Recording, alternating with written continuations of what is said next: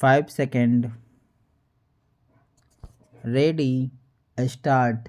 आर्थिक उदारीकरण के दौर में वित्तीय सेवाओं का सुगम और पारदर्शी होना एक बुनियादी ज़रूरत है। इसी पृष्ठभूमि में भारतीय राष्ट्रीय राजमार्ग प्राधिकरण ने पेटीएम पेमेंट्स बैंक लिमिटेड को फास्टैग सेवा के लिए 30 अधिकृत बैंकों की सूची से हटाकर तमाम वित्तीय संस्थाओं को पारदर्शिता बरतने के लिए जो संदेश दिया है वह स्वागत योग्य है। किसी भी कंपनी को अपने नियामक के अनुरूप ही काम करना चाहिए, मगर ऐसा लगता है कि निशाने पर आए पेटीएम ने कहीं ना कहीं कोताही बरती है और इसीलिए उसे कार्रवाई का सामना करना पड़ रहा है। ध्यान देने की बात है कि अब पूरे देश में फास्टैग सुविधा की व्यवस्था हुई है, जिसका लाभ प्रतिदिन करोड़ों लोगों को होता है।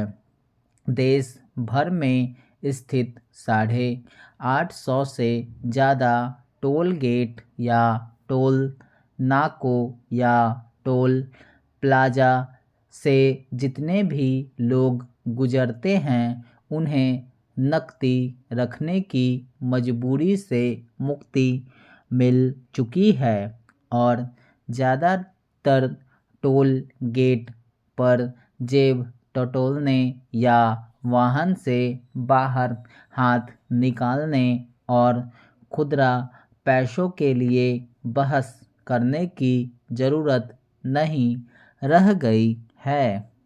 यात्रा का आनंद बढ़ा है। हालांकि इसमें कोई दो राय नहीं कि फास्टैग को सफल बनाने में पेटीएम की भी भूमिका रही है, पर अब जो समस्या खड़ी हुई है उससे निपटने के लिए खुद इस कंपनी को बड़ी पहल करनी पड़ेगी। इस कंपनी के क्रियाकलापों से भारतीय रिजर्व बैंक प्रसन्न नहीं है और उसने 31 जनवरी को पेटीएम पेमेंट्स बैंक पर व्यावसायिक प्रतिबंध लगाए हैं।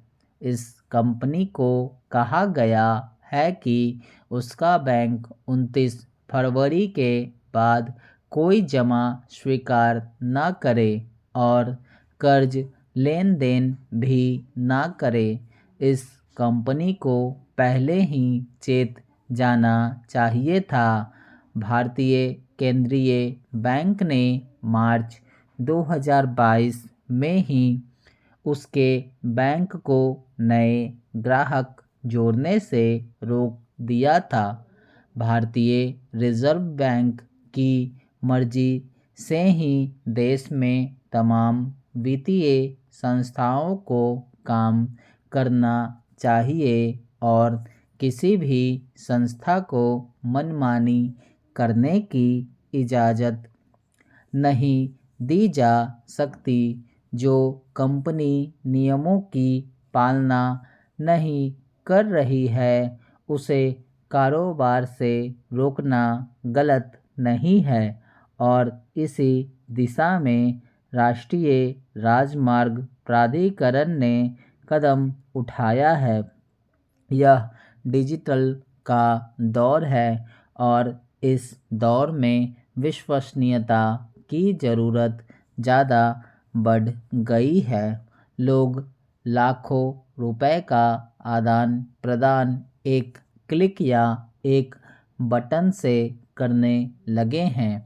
यह बात भी किसी से छिपी नहीं है कि डिजिटल के विस्तार के साथ ही धोखाधड़ी की आशंकाएं भी बढ़ी हैं। धोखाधड़ी में साइबर लुटेरे ही नहीं बल्कि बड़ी संस्थाएं भी लगी हुई हैं। वित्तीय मोर्चे पर ज़्यादा सुविधा दरअसल लोगों को लापरवाह भी बना देती है और अक्सर लोभी प्रवृत्ति के लोगों के साथ ठगी हो जाती है। अतः अगर कोई संस्था बैंकिंग क्षेत्र में सेवा देना चाहती है तो उसे पूरी तरह से चाक चौबंद होकर ही बाजार में उतरना चाहिए। बैंकिंग क्षेत्र का विगत वर्षों में बहुत विस्तार हुआ है। अनेक कंपनियां बैंकों की तरह व्यवहार या कारोबार करने लगी है, पर क्या उन्हें पूरी तरह से जिम्मेदार बनाए रखने के इंतजाम पर्याप्त हैं? भारत में बैंकिंग धोखाधड़ी को लेकर ज़्यादा चिंता स्वाभाविक है। वित्तीय वर्ष 2023 में बैंकिंग प्रणाली में कुल 13,530 धोखाधड़ी के मामले दर्ज किए गए हैं। कुल रिपोर्ट किए गए धोखाधड़ी के मामलों में से लगभग 49% डिजिटल भुगतान कार्ड इंटरनेट श्रेणी के अंतर्गत आते हैं। अतः डिजिटल आधारित बैंकिंग की दुनिया में 100% विश्वसनीयता बनाकर ही हमें आगे बढ़ना चाहिए। स्टॉप।